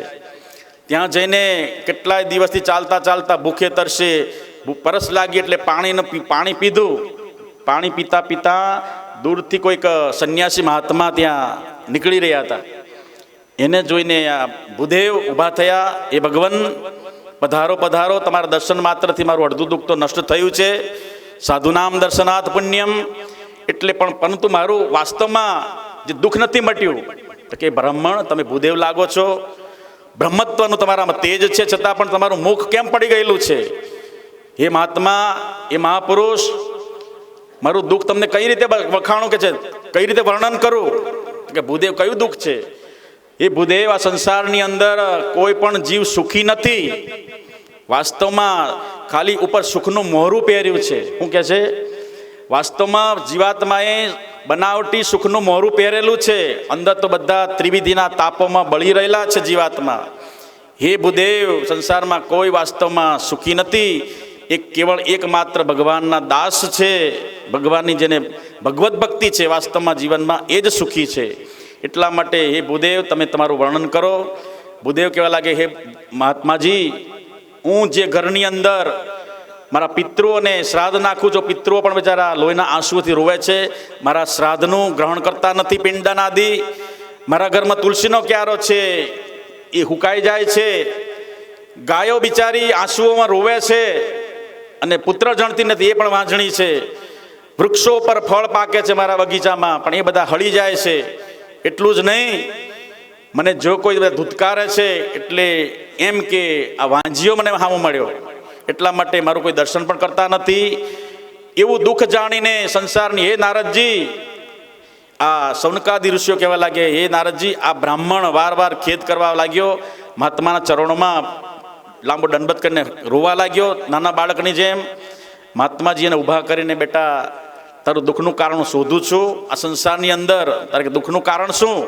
તો કે મારા જીવનમાં પુત્ર નથી. ત્યારે મહાત્મા કહેવા લાગ્યા, બેટા, જેને છોકરાઓ છે એ પણ રોવે છે અને સંસારમાં જેને છોકરાઓ નથી એ પણ રોવે છે. જે સંતાનો સારા થાય તો એને આનંદ થાય, સુખ થયું, પણ એ સંતાનો પાસે જ્યારે બગડે છે અને પીડા દે છે ત્યારે એ સંતાનો વાસ્તવમાં એ સંતાનો મહાત્માને, પોતાના માતા પિતાને દુઃખ આપે છે. એટલે સર્વથા સંન્યાસે ગ્રહતું, સર્વથા કે સંન્યાસમાં જ સુખ છે. ન પરણાવું ને રંડાવું. બોલો શું થાય? બોલો, બાવાને શું હોય? પરણવું નહીં, પાછું રાંડવું નહીં પરણું તો હું પ્રીતમ પ્યારો, અખંડ સૌભાગ્ય મારો, રાંડવાનો ભય ટાળ્યો રે મોહન પ્યારા. હે બ્રહ્મદેવ ભૂદેવ સંન્યાતે સર્વાધા સુખમ. કે ભગવાન મહારાજ તમને શું ખબર પડે સંસારનું સુખ? એટલે અમને ગ્રસ્તાશ્રમમાં તો મને સંતાનો હોય તો જ સુખ થાય છે. હવે તમારે બીજી વાતો છોડી દો. તમે મને કોઈ ઉપાય બતાવો જેથી મને સંતાન પ્રાપ્તિ થાય, અને તમે જો ઉપાય નહીં બતાવો તો અત્યારે તમારા પગમાં માથું પટકીને હું મારો પ્રાણનો ત્યાગ કરીશ. તમને બ્રહ્મહત્યા લાગશે. મહાત્મા કહે છે હું તો સંકટમાં પડી ગયો, મારે ઊભું રહેવું જોઈતું નહોતું આની પાસે. આ તો ઉલમાંથી ચૂલમાં પડી ગયો, આ તો ગળે પડી ગયો, કરવું હું? પછી બ્રાહ્મણે જોયું, મહાત્માએ જોયું, અને કપાળની અંદર છઠ્ઠીના લેખો બધા લખાય છે. નોટની અંદર નહીં, કોશિશ નહીં ભોગો છો. છઠ્ઠીના દિવસે નોટ ને પેન ક્યાં મૂકવા જાવ છો બેનો? ઓશિકા નીચે. એ તંબુરો ના લખાય, વિધાતા લખે ક્યાં? વિધિના લખિયા લેખ લલાટે ઠોકર ખાય ખાય ખાય. કપાળમાં લખાઈ જાય. કેટલું જ્ઞાન, કેટલી ભક્તિ, કેટલું ધન, કેટલી વિદ્યા, કેટલું ઐશ્વર્ય, કેવું જવન અને કેટલું મરણ, કેટલો યશ, આ બધી 6 પ્રકારના વિધાતાઓ લખાઈ જાય. એટલે મહાત્માએ એના મસ્તકની રેખાઓ વાંચી લીધી. બ્રહ્મનિષ્ઠ મહાપુરુષ હતા. બેટા સાચી વાત કહું, તને દુઃખ ના લગાતો? કહો મહાત્માજી. તો કે બેટા તારા નસીબમાં 7 જન્મ સુધી પુત્ર સંતાનનું સુખ નથી. હું કીધું પછી આ તો વધારે રોવા લાગ્યો. જેમ કોઈના દુઃખ થયું હોય ને તમે કંઈક સંભાળો પાછું કરે, બોલો જોરથી હબાકા મારે, હા કર્યા કરે. મતલબ કે દુઃખને વધારે સંભળાવો તો પછી વધારે રોવે. હા બેન તમે તો નવરા થઈ ગયા, નોધારા થઈ ગયા, નીકળો છોકરો જતો રહ્યો, ફલાણા ભાઈ આમ થઈ ગયો. એટલે પેલા હું તો બેન પાછા છાના રહી ગયા હોય ને, જોરથી પોક મોકે પાછા. એમાં બ્રાહ્મણ પર પાછો વધારે યુવા લેવા લાગ્યો, જોરથી. આખા નગરમાં એનો પડઘો પડ્યો. એટલે મહાત્મા છાનારો આવે કે મહાત્મા તો કેમ છાનારો કહું છો? હું તો 1 જન્મને રહું છું, તમે તો 7 જન્મ માંડો છો કે છે. હું કીધું હું તો 1 જન્મ માટે રહું છું, અને તમે મને તો 7 જન્મ સંભળાવી દીધી કે તમે 7 જન્મ સુધી પુત્ર સુખ તારા જીવનમાં નથી. ત્યારે કે મહાત્મા કે પછી કે છે હું તમારા, જો તમે નહીં આપો પુત્ર આજે ને આજે, વરદાન નહીં આપો તો આજે ને આજે આ માથું પટકીને તમને પ્રાણ આપી દઈશ, તમારે જે કરવું એ કરો. મહાત્મા કે છે આ તો હું ઉલટમાં પડી ગયો, હવે મને બ્રહ્મહત્યા લાગશે. મહાત્માએ યોગ બળથી પોતાની જોડીમાંથી એક સુંદર ફળ આપ્યું. ફળ આપીને કીધું કે ભૂદેવ આ ઘરે જઈને તમારી પત્નીને એને નાય ધોઈને વ્રત ઉપવાસ નક્ષત્ર ચોઘડિયું અને ગ્રહ વાર જોઈ અને આ ફળને ખવડાવજો. હું કીધું એ પવિત્રતા હોવી જોઈએ. ભગવાનની ભક્તિ કરે, 10મા સ્કંદનો પાઠ કરે, વિષ્ણુ સહસ્રનો પાઠ કરે, વ્રત રાખે, એક ટાઈમ જમે અને ભગવાનનું કીર્તન કરે, જાપ કરે, અને એ પ્રમાણે જો ફળને કે છે ગ્રહણ કરશે ને એ તમારા ઘરની અંદર સુંદર ભગવાનના સ્વરૂપ જેવો સુંદર પુત્ર ઉત્પન્ન થશે. બ્રાહ્મણ તો હરખાતો ઠેકડા મારતો મને પુત્ર થયો કરતો આવ્યો ને સીધો ઘરનો બાણમાં ઓલી ભાગ્યવાન બેઠી હતી કાળમુખી ને અભાગણી. એટલે કે છે ભાગ્યવાન, એ ભાગ્યવાન હું રાડો પાડો છો ખોટા કે છે. ઘરમાં છોકરાને ઠેકાણું નથી ને પાછા કે રાડો પાડો ભગવાન. મારું ભાગ્ય ફૂટી ગયું તમારા ઘરમાં આવીને. હું મારે ક્યારે ખોળો ભરાણો નહીં અને પાછા ભાગ્યવાન ચોટ્યા છો. ભાગ્યવાન સાંભળતો ખરી, બહુ ઉતાવળી ના થઈ શકે છે. કેમ? એક મહાત્માએ પ્રસન્ન થઈ મને સુંદર ફળ આપ્યું અને એને કીધું કે સુંદર તને પુત્રનો ઉત્પન્ન થશે, જન્મ થશે. અરે તમે આ ફળ લાયા કે ઉપાધિ લાયા? હું કીધું કારણ કે આ ફળ ખાય મને ગર્ભ રહેશે, મારે કંઈ જવા સેવાશે નહીં, ઘરનું કામ થશે નહીં, અને કંઈ ખાવાનું સારું ખાવું ખવાશે નહીં બનાવીને. અને એના માટે તમે તમારી પોતાની બેનને ઘરે લાવશો, મારી નણંદને લાવશો. એ નણંદ મારું બધું ઘર સફાચટ કરી નાખશે. મારે ખવાશે નહીં, પીવાશે નહીં, કોઈ કૂતરું બૂતરું તો પાછળ પર દોડાશે નહીં. અને બધું એટલું જ નહીં, આ બાળક સુખરૂપે જન્મ્યું તો સારું છે, નહીં તો બાળક આડું થઈ ગયું તોય મરી જશે. અને બાળક જો ગર્ભની અંદર મરી જશે તો મારું મૃત્યુ નક્કી છે. મારે આ ફળ ખાવો એ મનમાં સંકલ્પ કરવા લાગી. આત્મહત્યા ના કીધું, ભગવાન તો બહુ સારું કર્યું. ભાગ્યવાન પછી હરખાતા પંડિતજી બજારમાં ગયા, ત્યાં પોતાની બેનને બોલાવી. બેન તો કે છાની રે બોલ. તો કે શું છે?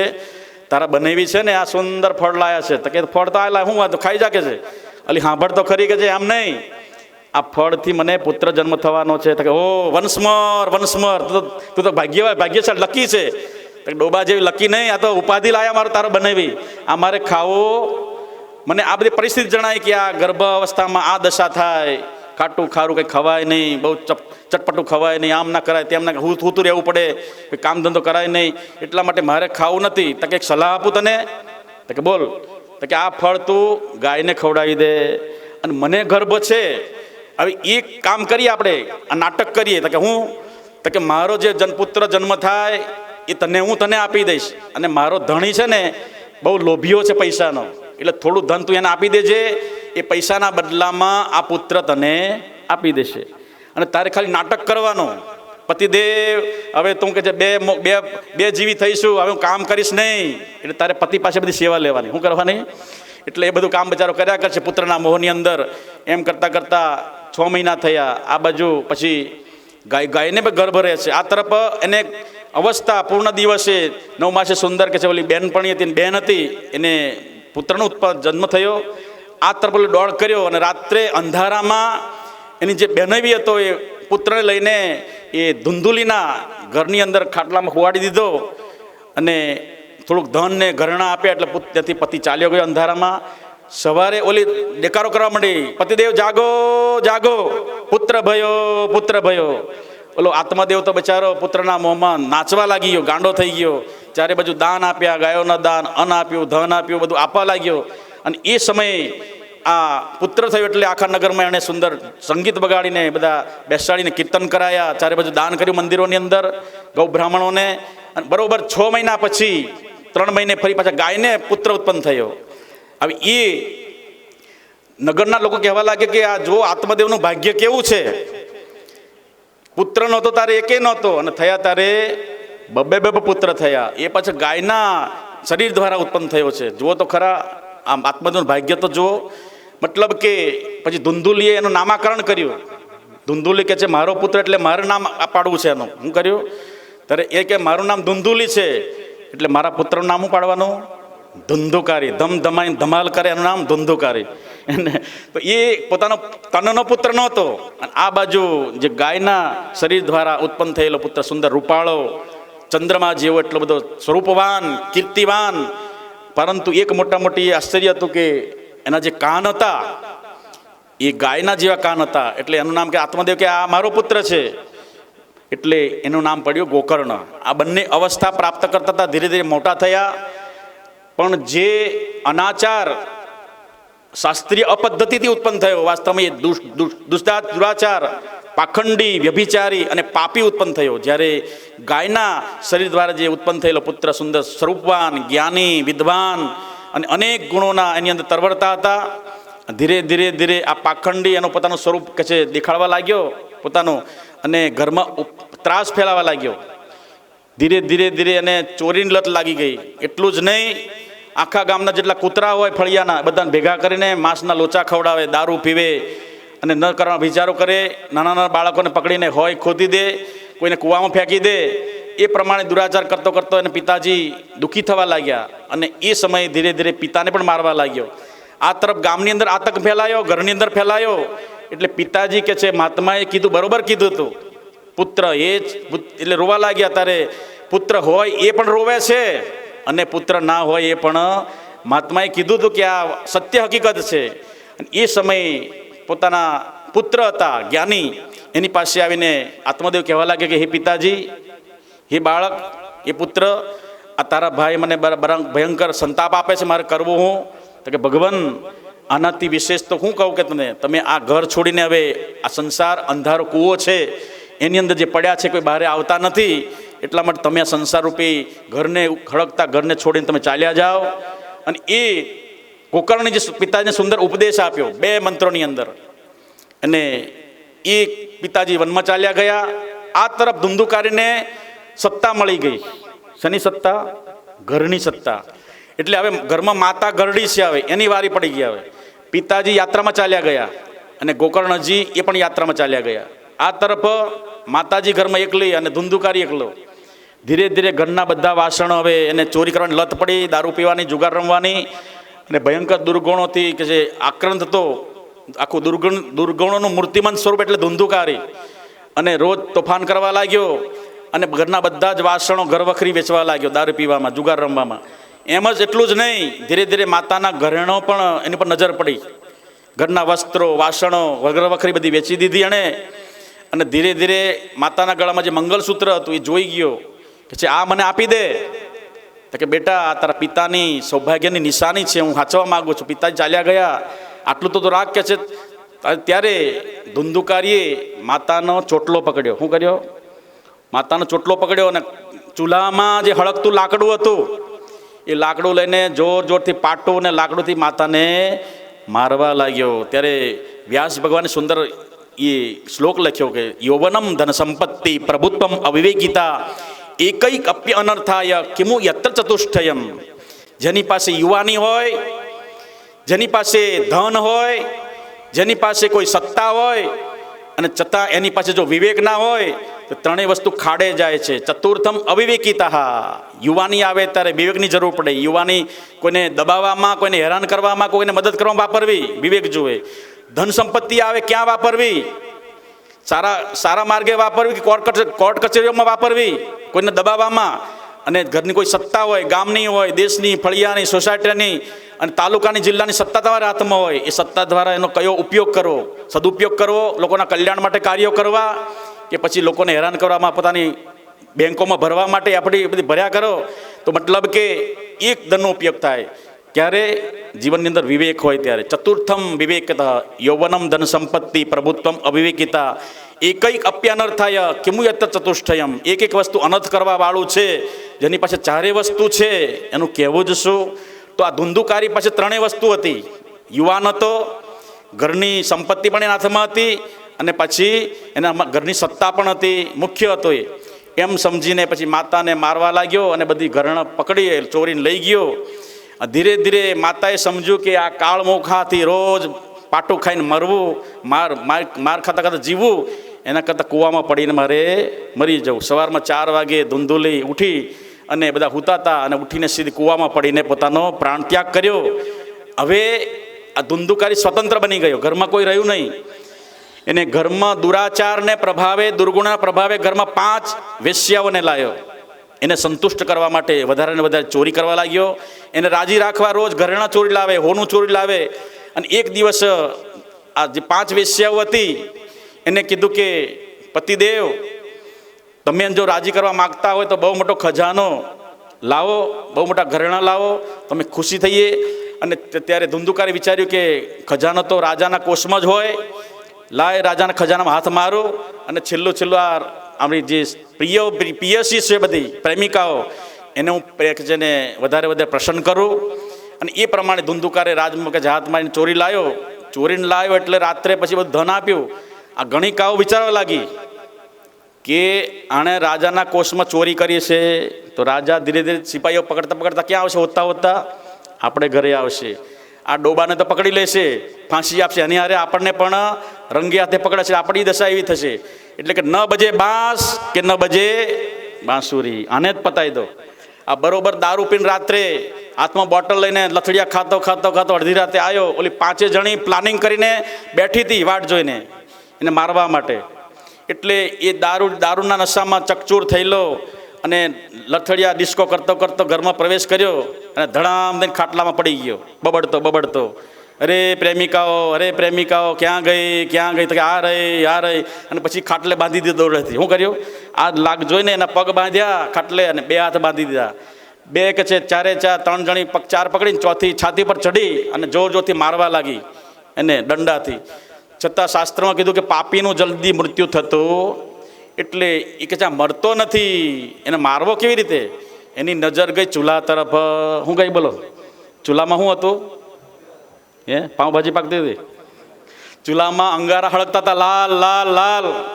એની નજર બગડી. હા, આ જ ઉપાય છે હવે.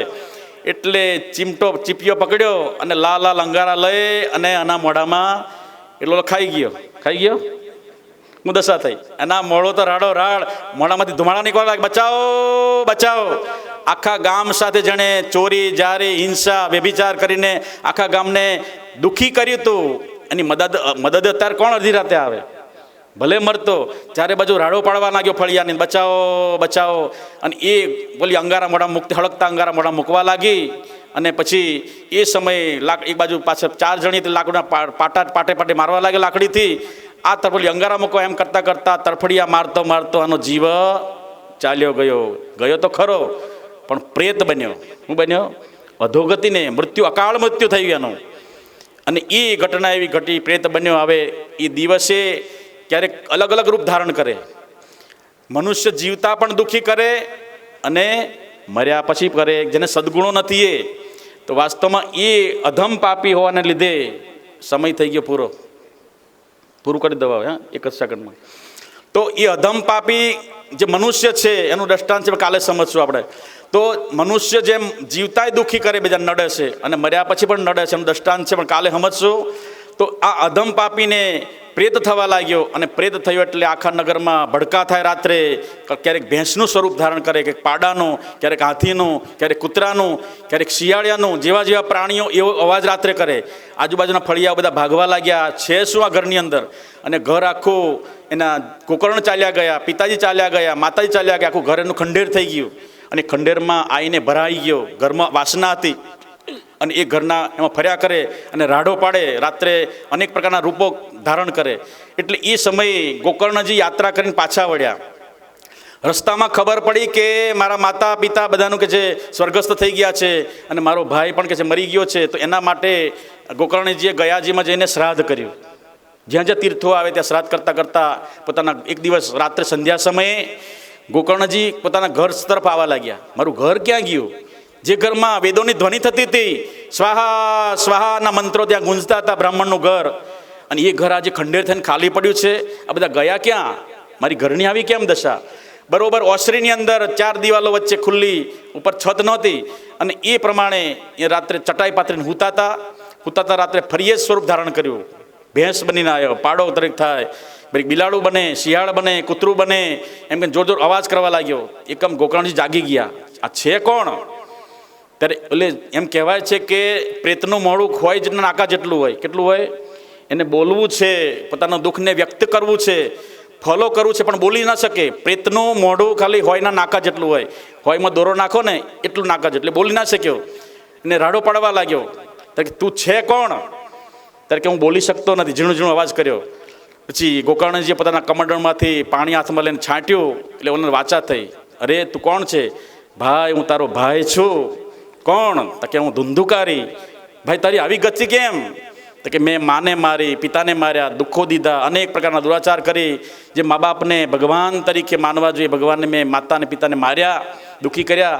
એટલે પછી એટલું જ નહીં, મેં અનાચાર, દુરાચાર, વ્યભિચાર, ભ્રષ્ટાચાર કર્યો, અને એને પાપને લઈને હું આ પ્રેત ગતિને પ્રાપ્ત થયો છું. મારો કોઈ ઉદ્ધાર કરો.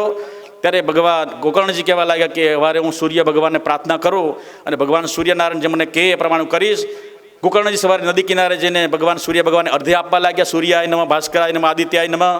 અને મંત્રનું પાણી છાંટીને ભગવાન સૂર્યનારાયણની ગતિને રોકી દીધી. ભગવાન સૂર્યને ઉભા રહો, જ્યાં સુધી મારા ભાઈનું મુક્તિનું કારણ ન બતાવો ત્યાં સુધી તમને ચાલવા નહીં દઉં. મંત્ર છાંટીને સૂર્યની ગતિ રોકી લીધી. અને એ સમય સૂર્ય ભગવાને કીધું, ભગવાન કે ભાઈ એ ભક્ત એ ગોકર્ણજી, તમારા ભાઈનું મુક્તિનું કારણ એકમાત્ર શ્રીમદ ભાગવત શાસ્ત્ર છે. એને કથા શ્રવણ કરાવો, અને એ કથા શ્રવણ કરવાથી તમારા ભાઈ સુંદર મુક્તિને પ્રાપ્ત થશે. તો આ ભગવતની યાત્રાની અંદર આપણે જોડાયા છીએ. આ સુંદર એ આપણી જ કહાની છે. આપણે જ કંઈક કંસની ભૂમિકામાં હોય, પરીક્ષિતની ભૂમિકામાં હોય, કે ભાઈ ધુંધુકારની ભૂમિકામાં હોય, અનેક સુધન્વા, સગર રાજા, અનેક રાજાઓની જ્યાં 300 જેટલા રાજાઓની આગળ વાર્તાઓ આવે છે બધી અલગ અલગ ચેપ્ટરમાં. એની ભૂમિકામાં બેસીને આપણે ભગવત ચર્ચા કરીએ, યાત્રામાં જોડાઈએ, અને એ સુંદર યાત્રાની અંદર જોડાઈને આપણા પૂર્વજોનું, આપણું અને બધાનું કલ્યાણ કરીએ, ભગવાનને પ્રાર્થના કરીએ, વાણીને વિરામ આપીએ. સુંદર શ્રાવણ મહિનો, એમાં ચાતુર્માસ, એની અંદર શ્રીમદ ભાગવતની વાર્તા સોદામાં સુગંધ બળે, એમાં ભાગ્યનો ઉદય થયો, સુંદર મોઘો જન્મ, એ બધાનો શુભક સમન્વય થયો. અને જે આપણે પોતાના જીવનનું કલ્યાણ કરીએ, ભગવાનના ચરણ પ્રાર્થના કરીએ. સર્વત્ર સુખિનઃ સંતુ સર્વે સંતુ નિરામયા, સર્વે ભદ્રાણિ પશ્યન્તુ મા કશ્ચિત દુઃખભાગ ભવેત. ઓમ શાંતિ શાંતિ શાંતિ. સદગુરુ દેવાની સ્વામીજી મહારાજ महाराज की जय सनातन धर्म की जय आद्य जगत गुरु शंकराचार्य भगवान की जय भागवत भगवान की जय तापी मैया की जय ओम नमः पार्वती हरि हर